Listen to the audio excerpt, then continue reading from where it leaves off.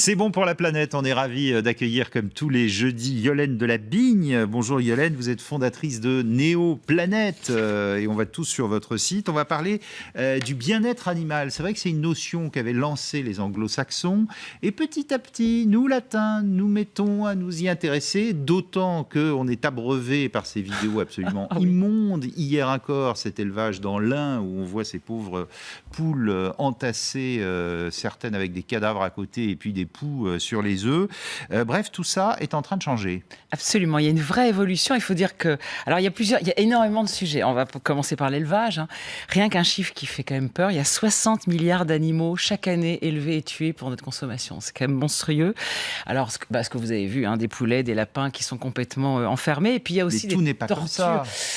Malheureusement, d'après ce que disent les associations, si quand même. Surtout, il y a quelque chose qu'on ne voit pas dans la vidéo, c'est de la torture pour que l'élevage soit plus facile. Donc les becs qui sont coupés, les bébés cochons castrés à vif, les fameux poussins mâles broyés. Vous savez, ça a aussi été un scandale.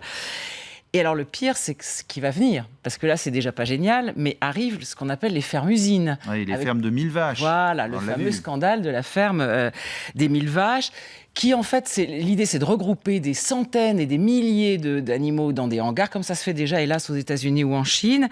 Et c'est vrai qu'avec la suppression des quotas laitiers, là maintenant c'est l'horreur. Si vous voulez, ça va être à qui va produire le plus, et on est parti dans une espèce de course folle qui est affreuse pour les animaux. Il n'y aura plus de petites exploitations en fait. Alors on espère que non, justement. Beaucoup de gens luttent contre ça parce que ça va être... Et ce qui est horrible, c'est que c'est affreux pour les animaux, mais c'est affreux pour les hommes aussi, parce que là les hommes deviennent des ouvriers. C'est fini, les paysans, c'est terminé. Il n'y a plus des ouvriers. Vous savez, voir si la une vache dehors, ça va devenir l'exception. Oui, ça sera exceptionnel, sauf si le bio réussit à gagner. Mais donc, alors là, il y a eu beaucoup sur cette ferme des 1000 vaches, beaucoup de protestations. Alors, j'adore la réaction du gouvernement. C'est que le 22 février, la commission d'enquête publique a donné un avis favorable à la ferme des 1000 vaches. Bon, Ségolène Royal a quand même demandé une nouvelle enquête. Mais enfin, bon, c'est mais quand même il y a des normes compliqué. européennes quand même pour l'amélioration. On parle de la surface des cages, par exemple, pour les poulets, les choses comme ça. Oui, c'est vrai qu'ils sont contents, ils ont gagné 10 cm, c'est vrai que c'est cool. Donc, mais ça ne résout pas le problème. Non, il y a quelques petits progrès, mais il y a franchement... Et alors, pour les abattoirs, donc là, on ne va pas s'étendre encore sur l'horreur. On a les fameuses images de l'association Voilà. L214 qui nous parviennent en permanence. Exactement. Et à chaque fois, le gouvernement dit c'est pas bien, on va arrêter l'élevage. Alors justement, là, il y a eu d'ailleurs, vous avez vu, il y a une commission d'enquête qui a été ouverte par Stéphane Le Foll en fin mars. Ils ont fait déjà une première visite dans un abattoir près de Maubeuge. Ils ont dit tout va bien. C'est tout à fait normal, tout va bien. Bon, les associations vous diront que c'est faux.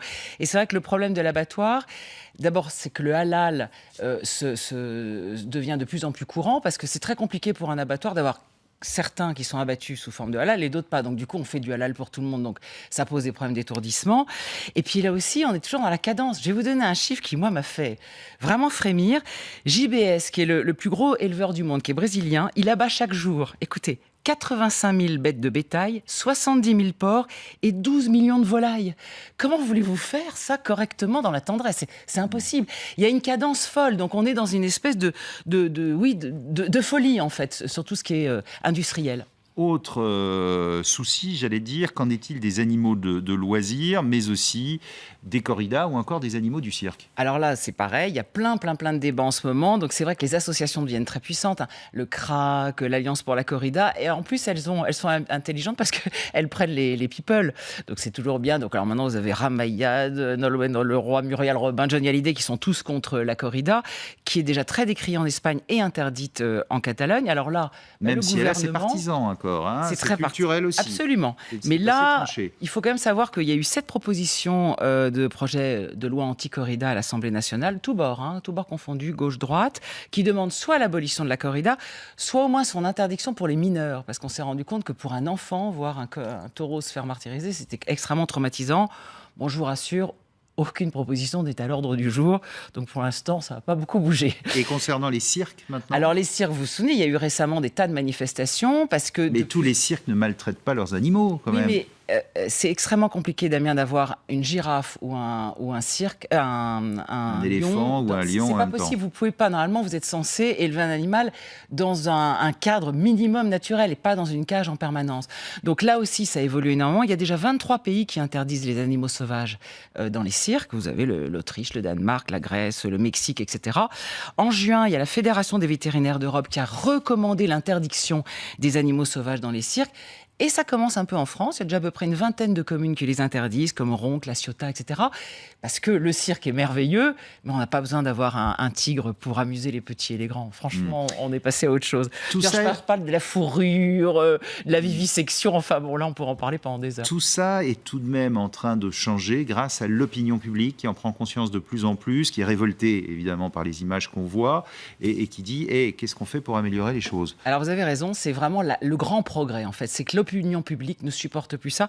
Il suffit de voir, vous vous souvenez du lion Cécile, qui Oui. a fait un scandale. Décapité en Afrique par ce dentiste américain, fou de chasse. Voilà. Exactement, ce très beau lion qui était tranquille, qu'il a fait sortir de la réserve et qu'il a tué après une course folle pendant 24 heures. Les gens ne supportent plus ça. Et d'ailleurs, regardez sur Internet, tous les jours, vous avez des pétitions pour défendre les animaux.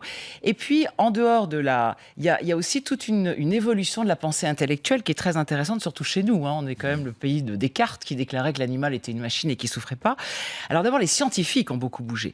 Il y a l'éthologie, qui est une science très nouvelle des années 50, où on étudie le comportement des animaux, et les éthologues nous expliquent que non, l'animal est intelligent, qu'il a le sens de la mort, qu'il a de l'empathie, qu'il a de l'humour, qu'il s'entraide, qu'il souffre, et donc que c'est un animal sensible. Et maintenant, des scientifiques corroborent cette version avec une déclaration très importante qui s'appelle la déclaration de Cambridge en 2012, par d'éminents scientifiques. Je vous assure que c'est pas des babacools ou des hippies. Ils sont dirigés par Stephen Hawking, où ils ont dit que oui, les animaux ont une conscience. Ça, c'est révolutionnaire pour nous, parce qu'on avait toujours dit qu'il n'y avait que l'homme qui avait une conscience. Après, ces scientifiques, il y a les intellectuels. Et c'est vrai qu'on a, vous avez remarqué en France, on a plein de livres qui sortent. On a eu Mathieu Ricard, Nicolino, Franz-Olivier Gisbert. Et en ce moment, c'est très amusant, il y a un succès fou pour le livre d'Émeric Caron, qu'on connaît tous, qui est un livre quand même assez provoque, qui s'appelle L'antispéciste. On n'a pas le droit, nous, hommes, d'être dominants sur d'autres espèces. Pourquoi on serait au-dessus du lot? C'est exactement ça. En Nouvelle-Zélande, par exemple, il y a une juridiction ou une jurisprudence, si vous tuez un grand singe, vous allez en prison. Et ben voilà, ça c'est vraiment une mesure. C'est marqué dans la loi. Exactement. Ouais. Alors ça, on n'y est pas encore. Mais le droit est peut-être en train d'évoluer. On va en rester là parce qu'on est un petit peu pris par le temps, mais c'est vrai que c'est toujours des sujets trop longs et tellement passionnants. C'est un sujet absolument passionnant et c'est vrai que l'opinion maintenant n'accepte plus de ce qu'elle voit à la télévision ou ailleurs et que les gouvernements commencent à le prendre en compte. Merci beaucoup, Yolène Delabigne, et on va revoir votre site Néoplanète. Où vous officiez chaque jour. Tout de suite, le journal de 17h. On se retrouve juste après la pub.